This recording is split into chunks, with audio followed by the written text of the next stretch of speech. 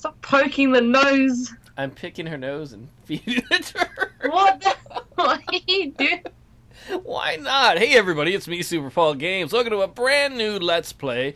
It's called Great Personality. It's a dating sim inspired by the Myers-Briggs personality type. I wish I had a personality type. I am joined by the ever-lovely Lauren. Hello, Lauren. Hi.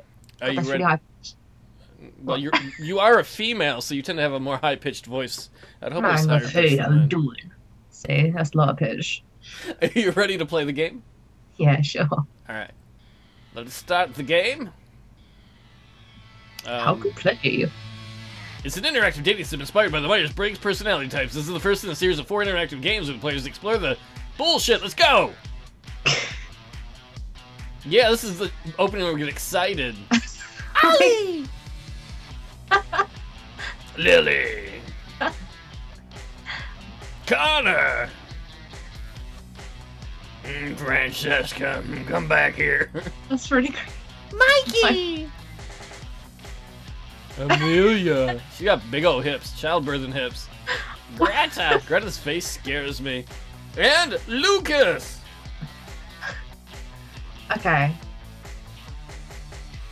What, did you already find the one you like? You're like, ooh, Lucas.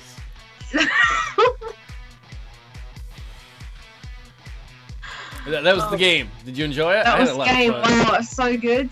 Yeah. Chapter 1. It's your first day in a new city. You're the main character. Am I? Yeah. After meeting your landlord and setting up a few essentials, you head out to greet the city. The city seems familiar in a strange way. A bustling, trendy main street. A small but lively artist section of town. You know, it's really nice. I'm always the narrator for myself. It's nice to be the narrator for someone else. Yeah. I suppose so. Restaurants and bars along one side of the strip. Ooh, I like the strip. And plenty of landmarks, green spaces, and a killer view of the nearby harbor. You've got a small little apartment to block down from the lively cafe. Well, I'm proud of you. You're doing well. You got yourself a little apartment. I'm rich. I don't know if that makes you rich. It's a little apartment, but...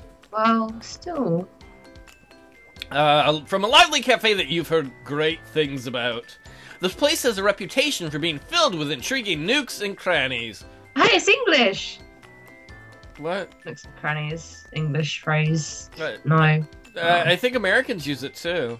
Really? Plus, you've heard the culture here is unreal! You flip through a couple of traveler's guides to a dog-eared page. Literally, it's a page made with a dog ear. Dun dun dun. Poor puppy. As long as they didn't kill the rest of them, it's alright. Covered in scribbles and a highlighter.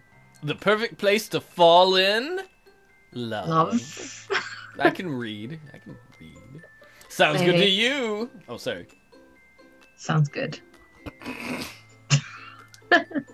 I was trying to take a drink there and I almost spat it all over my computer. Before you sit down to consider your first day's agenda, you get in the queue. Oh, crap. What? Is that the queue? Is that English terminology? Yeah, that is. So, it hope is an you're not English right. game. Aw. And consider grabbing something to drink. You mean, I'll be the barista. Go on, be the barista. I What wanna can I hear this get one. you, sweetie? Nothing with that voice. What? Let's see. I don't like tea though, or cappuccino. How about a spicy dark chocolate mocha? In the name of the order. What can we call you? Go ahead, be creative. No, it's up to you. Whatever name you would like. So what name you want to go with? Sarah. Is that with just an A or an H? What? There you go. That's fine. That's no. Okay. Yeah, there you go. Sounds good. We'll have that up in a moment, Sarah. You take a seat at a small two-person table near the entrance. It seems that all the other tables are packed. You find yourself thinking about how funny it is that in every place you've ever visited, there are spots like this. Are you thinking that right now? I am. I'm considering it, and I'm lost. Thought. Why is it funny that coffee shops are popular? I don't know. Why is it funny? The vibe is strangely familiar and comforting. Come comfort me. Packed with hip-looking locals. A second home to the inhabitants. It's not so different from the place you used to call home. Oh. Does that mean you used to live in a coffee shop? I did. Your order's up. Just before you left, you had an epiphany. Was it you having your epiphany? That was my epiphany noise. Having just finished a big learning phase of your life, you decided to take this moment and move away from everything you had ever known. You wanted a big change, and you wanted it. No! Since you weren't sure that, where that change come from? Change. Shut up. You did something drastic, and ended up here. Sarah, your order's up. Get your damn order. Shut your mouth. I mean, oh, sorry. No problem. Enjoy it in your mouth hole. Wow. The barista winks at you as you balance your drink. What? Winking at me after saying all of that. Excuse me, sir. It's a lady. First of all, that is a lady. Oh, I'm sorry. Tranny. No. Carry on. You drink in your empty hand and head back to your little table covered in papers. You sip a little off the top as you sit down and pore over your notes. You felt pretty proud gathering all this stuff together earlier today, but now as you look at it, you're not even sure where to start. Already overwhelmed, you push the papers to the side and decide to just take in the surroundings for a moment. Your eyes pan the room. People of all kinds are sipping their various drinks around you. What a motherfucking surprise. Really? You're in a coffee place. The breeze from outside ruffles the papers on your table. It's haunted. You have a ghost table. Did you know that? I do. Because I'm sitting alone. A couple of men near your table are engaging in some friendly bickering about which next-gen console is worth it. Not an Xbox or PlayStation. PlayStation 3.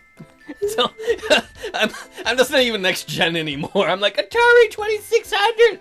They're like, that hasn't been new in a long time, friend. You sip your drink. Can you do a sip your drink sound? Yeah. And regularly run your fingers through your hair. Maybe you should get back to work. As your eyes Oh, sorry, go ahead. I said maybe I should get back to work. I need to consider this. Well, what kind of attitude is that? You're like, oh, yes, yes, game, maybe I should have my job. No, tell the game to fuck off. It's your freedom. It's your alternate personality. As your eyes wander around the room, they settle on a couple in the corner. That looks like they may be on a first date. Wish I was a lip reader. You spend a moment looking around and sipping your drink. These are some pretty good-looking people here, too. Ugh. Hey, how was it? Excuse me? Your drink, how was it? Oh, my name is Ollie. Hi. Oh. I work behind the counter. Ollie extends a long, slender hand and waits for you to grasp it. I'm not grasping it. You fumble with your drink, trying to put the cap back on. Touch my hand. Touch it. I don't want to. Wait, let me help you with your cup. Ollie reaches for your drink with a swift motion, caps it like a pro, and places it on the table next to you. Thanks.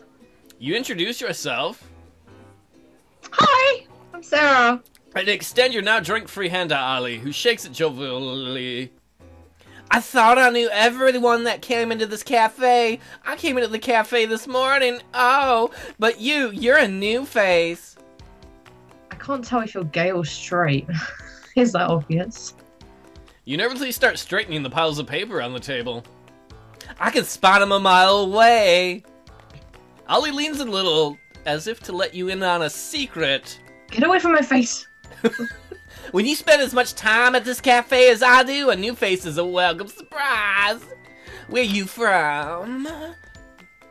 What city are you from? London. All right, really. Now my LP is about England. Yay! Yay! It wasn't really cheering, thank you. I was.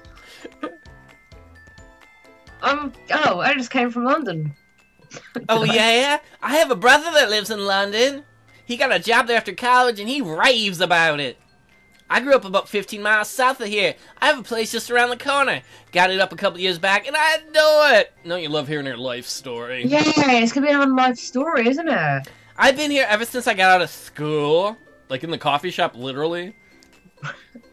It's an amazing city. You're going to love it here. You'll see. Oh. Freaky face! That's Anyway, you don't want to go home with her? No. Is that her? I assume those are boobs. Maybe that's an incorrect assumption. I don't see any crotch bulge. Not that I normally look for that. Welcome to my little slice of heaven. Glad you're here, Angel. Ollie leans over to bust your table. Nice to meet you, Sarah. Jeez. Don't be a stranger, okay? I sure will. And with that, Ollie turns and disappears into the kitchen. People sure are friendly around here. You got someone hitting on you right away, apparently. It's like, ugh. Ugh. No, that's not. No, I'm good, thanks. I'm good. Chapter 2. Oh, look at all the petals. Are we winning the game so far? I think we are. After spending a bit trying to get your bearings at the cafe, you decide that there's no better teacher than experience, so you get up and head out to your first adventure. Gripping the newspaper and a folder of miscellaneous maps, visitors' guides, and bits of paper, you walk determinedly down the street. Girl, you're walking! With my strut. The streets are lined with various shops, eateries, and curiosities. You try to make a quick mental note to try each and every one of these at some point. I think I'm gonna like it here. I like the sign. It just says eat. Eat. I would like to write the word me under No, it. there's actually a restaurant in England just called Eat, actually. So that's why. Suddenly the wind picks up. Boom! Ah! Here's the narrator screaming as well. Are you serious? I was assuming the wind was scared of the thunder too, but... The instant downpour immediately dampens your mood, among other things. Oh! And your papers start to get scattered about. Apparently when it rains, you freak out and just drop all your papers. I do. I start melting and stuff. It's great. Oh yeah, you can melt. The map you so painstakingly had written your agenda on is soaked through in less than a minute. Is it gonna be like melting like the Witch and the Wizard of Oz? Yeah, like a big pile, a puddle on the floor. Leaving your hands color-stained and holding a sad, pulpy homage to what was once your afternoon plans. Yay. In a panic, you look around for a quick place to take cover. Not the alleyway. What, you don't want to go to the dark alleyway you don't know? That seems like a safe no, place. that does sound like an adventure, doesn't it? I might go into a little bakery. That sounds kind of cool. I do like food. I don't want a cake or something. Is that what you would like to do? Yeah. Let's All go right. with that one. Hop into a cute little bakery next door and ask about the forecast for the rest of the afternoon. Oh, yeah. You sidestep a stream of runoff that careens from the roof. See that moment when my voice changes? The viewers don't know, but that's when I go from happy Super Paul to you stepped on my line. That careens from the roof of the old brownstone building into a small and adorable bakery. The air is sweet and smells of buttercream frosting and marzipan, and everything is so cute! Oh, I hate marzipan so much. You just ruined it. I said how cute it was, and you're like, I hate this place. But it tastes nasty. Okay. I don't know if I've ever eaten marzipan. You can hear someone humming a tune from somewhere behind the counter. But there doesn't seem to be anyone here. Oh, apparently it's a woman. Unless you wanted to voice her. I'll do both women at the same time. That sounds kind of crazy. Sounds kind of dirty. I'll watch. Did you want to go with that, or? Carry on, it's funny. The girl behind the counter jumps back a little bit, then regains her composure. Sorry, you were saying? But nothing, carry on. Sorry, I didn't mean to startle you. I just ran in from the rain. Apparently, women from the Middle Ages work here. It's a surf. Is that what it's like in London? A lot of surfs? You unnecessarily gesture toward your clothes, which are, at this point, clinging to you in a sad, unflattering manner. Oh, dear. It's a good thing you didn't gesture towards the puddle you're contributing to on the sparkling bakery floor. I told you I'm melting. Oh my gosh! Let me grab you something to help you dry off, sister! Face. You're gonna rip her face off and dry yourself with it? That's a little harsh. Blood in the bakery. You give the girl behind the counter a half smile and try to casually wipe the rain from your brow. Thanks, and sorry about the floor. The girl runs in the back, and you try your best to act nonchalant. What kind of reaction is that? You're like, I'm sorry about the floor. She just runs away. Runs away. She's not scared of me. Well, you did threaten to use her face to dry you. You let out a sigh as you catch a glimpse of yourself in the reflection of the immaculate bakery case. You look ridiculous. The girl... Whoa, she ran that way and came back from the...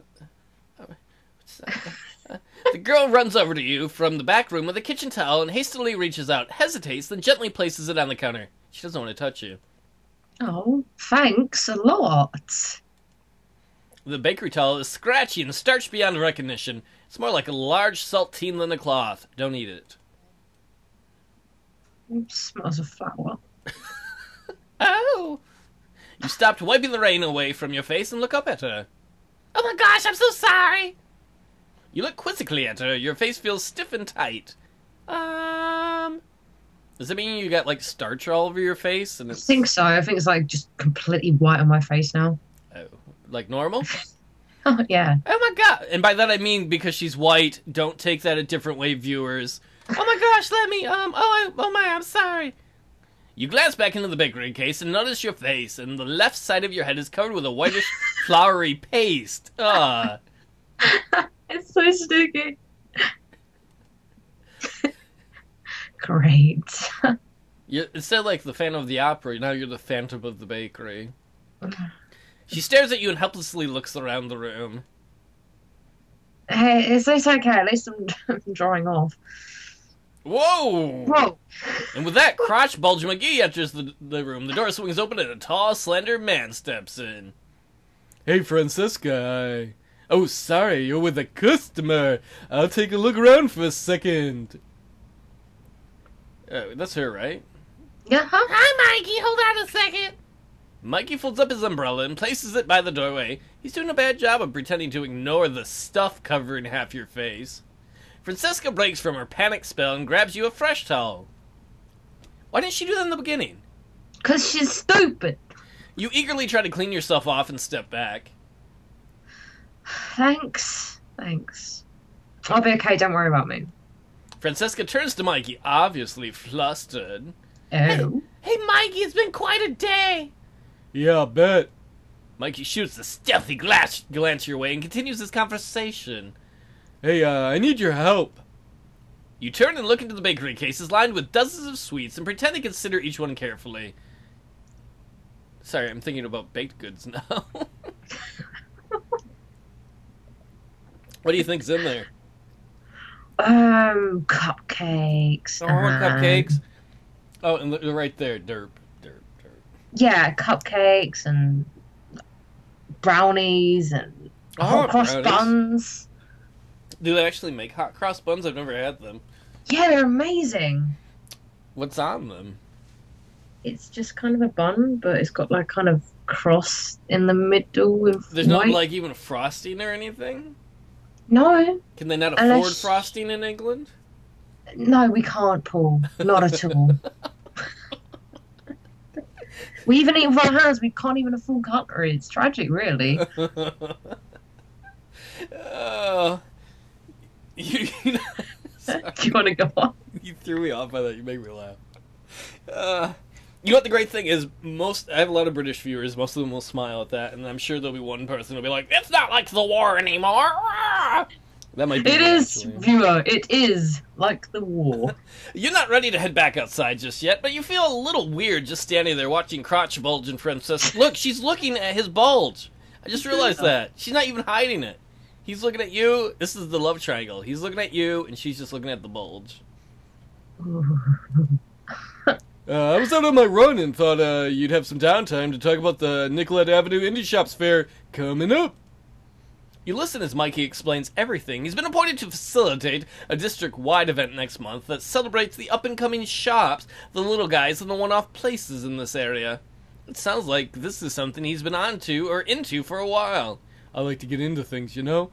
And he's come to ask Francisca if she'd like to join him on the planning committee. That sounds fun. Aren't you just riveted here? I am. This is it. This is fascinating. I want to stay for more. It's funny, you can see them talking excitedly about the event, how much it'll mean to the local shops in there, and how great it'll be for the community. And she just can't take her eyes off his dick the whole time. She's just fascinated. You observed them in the reflection of one of the cases. Oh wait, that means you're spying on them.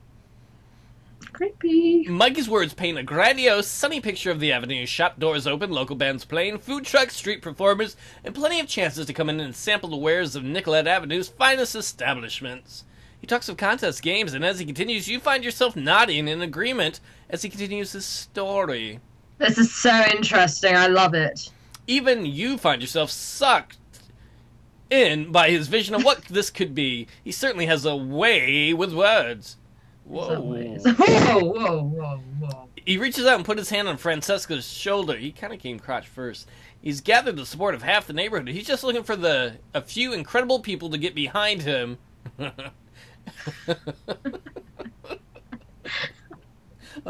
Wait, maybe I'm barking up the wrong tree with him and chicks. And make it happen in the next month. You switch your glance to Francesca. She smiles warmly. She watches Mikey's animated hands paint pictures of the banners and festivities in the press. Her eyes glitter sweetly, and she seems enraptured with the concept of you know what. Yeah. As you watch her gently respond to Mikey's boisterous salesmanship, you notice that despite your initial awkward meeting, she seems quite sweet. She cautiously asks the occasional question, will she be able to help with the decorations? What kind of help would he need? How long until the preparations need to be made, and who else is involved? Well, so far Lily will be joining us. Now I know you. Lily! Lily! Okay, Francesca, yes, but don't worry, you guys will be in charge of two totally separate parts of the fair. I'll keep her busy, if don't worry. Whoa, what happened there? Francesca clams up and abruptly turns towards you. Can I get you anything from the case? Startled by the quick shifting gears, you nervously point to a chocolate Bismarck. Great choice. Mikey, sensing that he may be losing his sway, turns to you. Hi there, you're not a Nicollet Avenue resident, are you? Words are tough. My brain sometimes says things, and I try not to listen. I think I saw you at the cafe a bit ago. Oh, I'm really happy. A bit ago! You reach out and shake Mikey's hand and tell him about your move from London. Oh. You can tell him about your move from London? It was great. It was, no, my story's not as boring as his. I'm sorry, I can't go with it. Well, I'm happy to hear that the new people are moving in and down the street, Welcome, and I don't know if you heard, I'm looking for volunteers to help on the planning committee. You paying? What? A little bit. We could always use a fresh perspective and a couple more hands on my... Oh, he winked. He gives you a wink and a big toothy smile. This guy is certainly a charmer. Oh, God. Is that your response to him charming you? Oh, sorry, is it going to be, I'm so dazzled. As Mikey turns and picks up his umbrella, Francesca hands you a pink box with a crisp white ribbon. Thanks. Thanks, and sorry about the towel. This one's on the house. Should be. You peek in the box to see she's decorated your Bismarck with a little drawing of a bird on a wire. Oh. You're also welcome to stay as long as you want. I know it's still a little crazy outside and it's been dead all week, but I could always use the company. Well, Francesca, think about it. Mikey leans over and gives Francesca a friendly hug, then turns to shake your hand again. Oh. My name is Sarah. Thanks again, both of you. Sarah, the pleasure's mine. Are you headed out? I'd be happy to walk you to your place.